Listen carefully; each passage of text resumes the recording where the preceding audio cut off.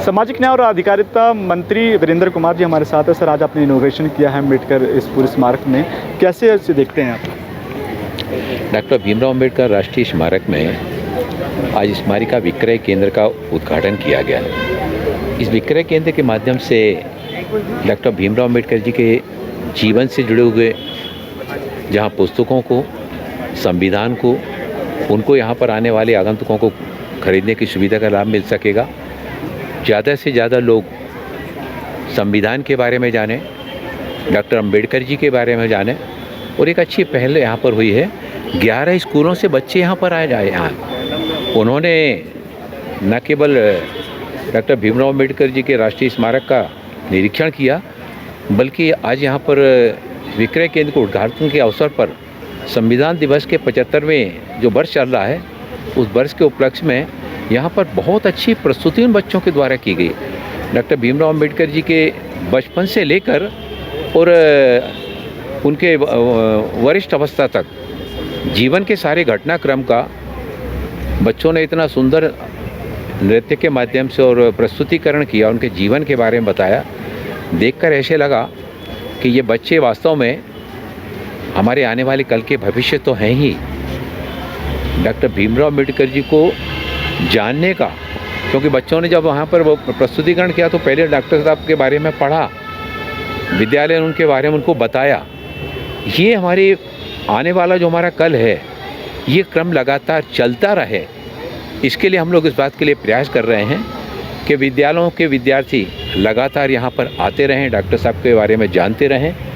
भीतर डॉक्टर साहब के जीवन के बारे में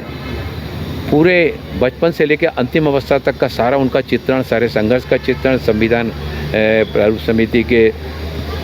सदस्य के रूप में संविधान रचने के बारे में सारा घटनाक्रम यहाँ पर बतलाया गया है। और मुझे इन बच्चों के साथ में मिलकर आज बहुत अच्छा लगा। हम इस क्रम को आने वाले समय में और इसको निरंतरता के साथ में बढ़ाएंगे। सर, संविधान की आपने बात करी, संसद के अंदर एक मामला सामने आया, धक्का मुक्की जैसे मामले सामने आए, राहुल गांधी और तमाम जो बीजेपी के सांसद उसमें जो घायल हुए हैं, किस तरीके से देखते हैं इस तमाम घटना को? हमको तो बड़ा, मैं 28 वर्ष से लगातार सांसद हूँ, 8वीं बार, और डॉक्टर भीमराव अम्बेडकर जी का जिन लोगों ने अनेकों बार अपमान किया, 2 बार जब डॉक्टर भीमराव अम्बेडकर जी मुंबई से चुनाव लड़े अलग अलग लोकसभा क्षेत्र से, उस समय डॉक्टर श्यामा प्रसाद मुखर्जी जी ने यह अनुरोध किया था कि डॉक्टर भीमराव अम्बेडकर जी को जो है ना, उनके विरुद्ध कांग्रेस ने प्रत्याशी नहीं खड़ा करना चाहिए, लेकिन कांग्रेस ने उनके विरुद्ध प्रत्याशी खड़े किए, उनको अनोपोज नहीं आने दिया, उनको भारत रत्न नहीं दिया। भारत रत्न भी उनको तब दिया गया जब कांग्रेस की सरकार बदली। ऐसा अनेकों बार जो अवसर आए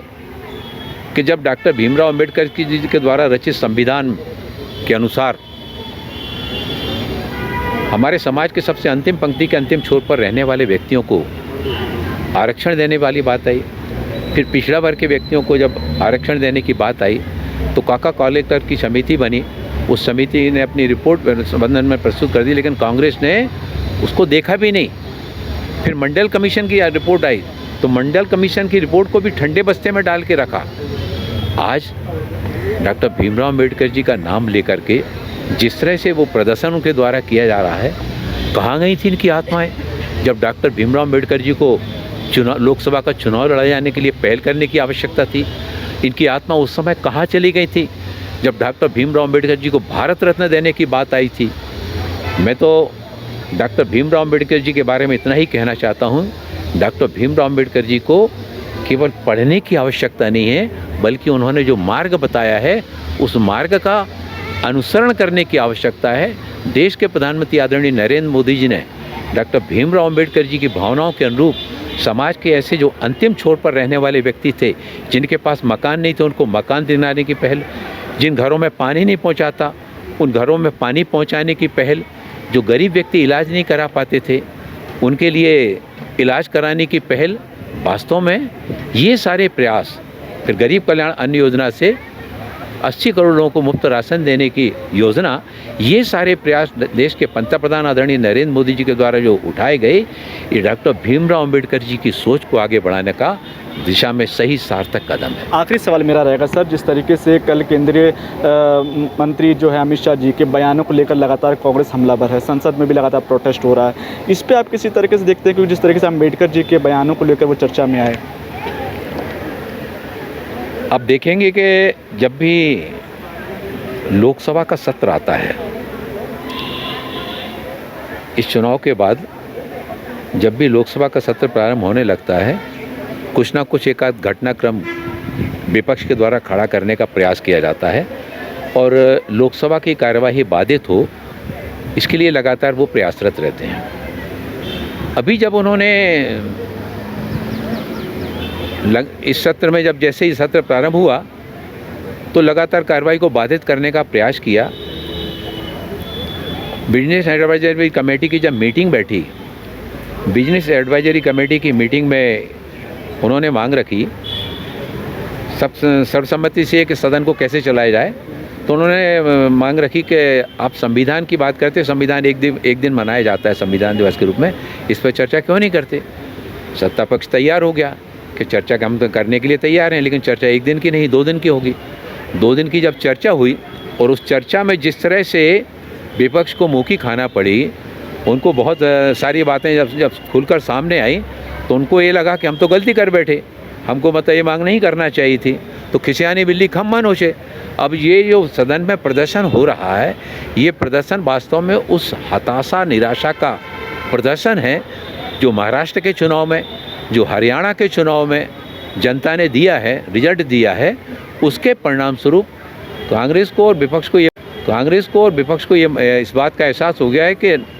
प्रधानमंत्री नरेंद्र मोदी जी केवल 14, 19 और 24 में नहीं,